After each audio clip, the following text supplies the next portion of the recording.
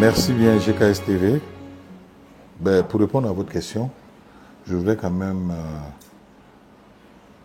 vous situer le contexte de cette affaire en faisant référence, en me fondant sur deux lois principales.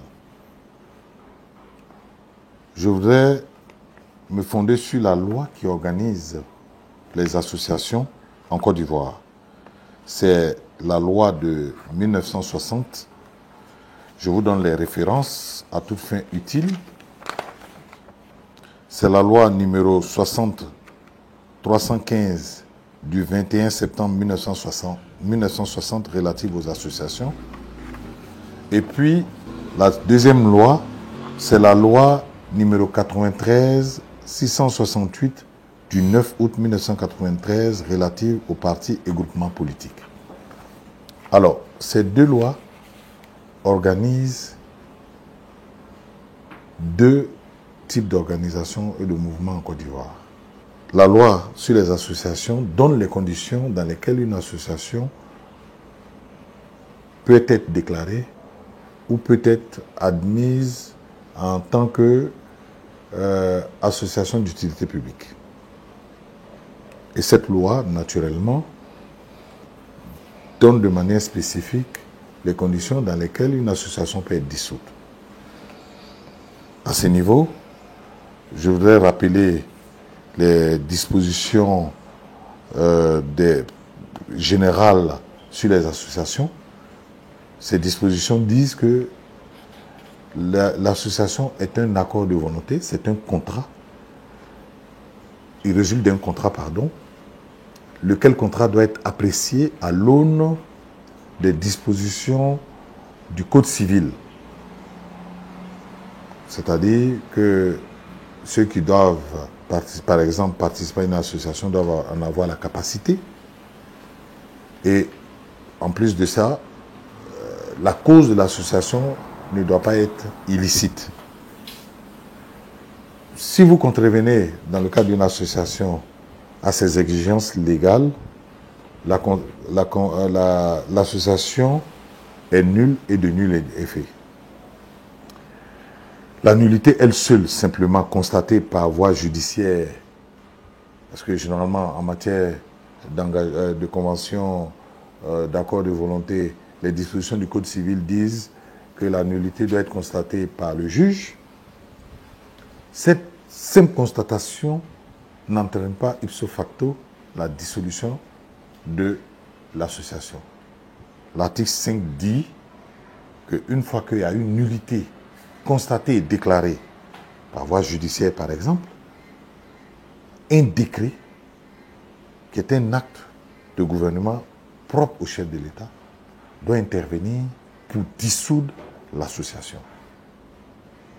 De sorte que, en l'absence d'une décision qui constate la nullité de l'association, plus un décret de dissolution, c'est cumulatif, on ne peut pas parler d'inexistence de l'association.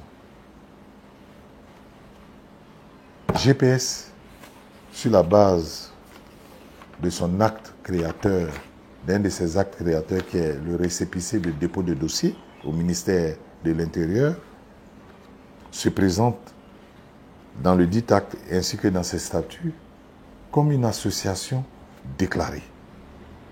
De sorte que sa dissolution ne peut provenir que selon le mode que je vous ai indiqué.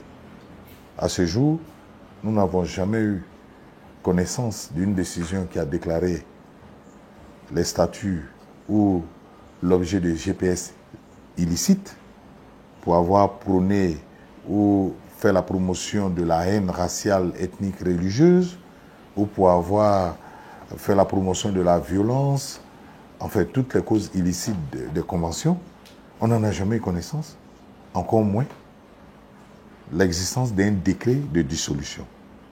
Donc, pour répondre à votre question sur ce plan, je vous dis tout simplement, en tant que juriste, que GPS, association déclarée, existe bel et bien.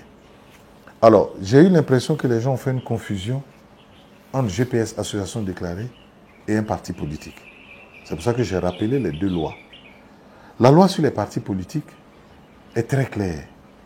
En son article 26, cette loi dit: la dissolution pour violation des dispositions de la présente loi ne peut intervenir que par voie judiciaire. Et en dehors de la volonté des membres du parti, la dissolution d'un parti doit provenir d'une décision de justice. Je dis bien la dissolution. Faisons attention aux expressions qu'on utilise. La dissolution peut être un acte judiciaire. Doit être un acte judiciaire concernant les partis politiques. GPS n'a jamais été, pour ce que nous savons, un parti politique. De sorte que cette loi ne lui est pas applicable. La seule loi qui lui est applicable, c'est celle que j'ai rappelée en premier.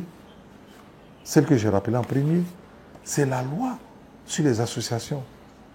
Et pour dissoudre GPS, il aurait fallu, ou il faut, d'abord une décision qui constate sa nullité et un décret du chef de l'État qui vient prononcer sa dissolution à la suite de sa nullité constatée. Alors, prétendre qu'un juge, à l'occasion d'un procès, puisse ordonner la dissolution d'une association sans respecter ces dispositions, c'est dire que ce juge a arraché au chef de l'État un de ses attributs ou un des attributs de sa fonction. Parce que le décret est l'apanage du président de la République. Et le juge qui dit: moi, je dissous une association, sans préciser que c'est un parti politique, mais tombe sous le coup de la loi pénale lui-même. L'article 253 du Code pénal dit: tout juge qui s'immisce, un, dans les affaires du législatif, ou deux, dans les attributs de l'administration, incarnés par l'exécutif, tombe sous le coup de la loi pénale. Et cela est punissable d'une peine d'emprisonnement. Donc pour moi, il n'a jamais été question de la dissolution de GPS Association. Parce que nous n'est censé ignorer la loi, à fortiori un juge. Aucun juge ne peut dissoudre, à l'occasion de quelque procès que ce soit,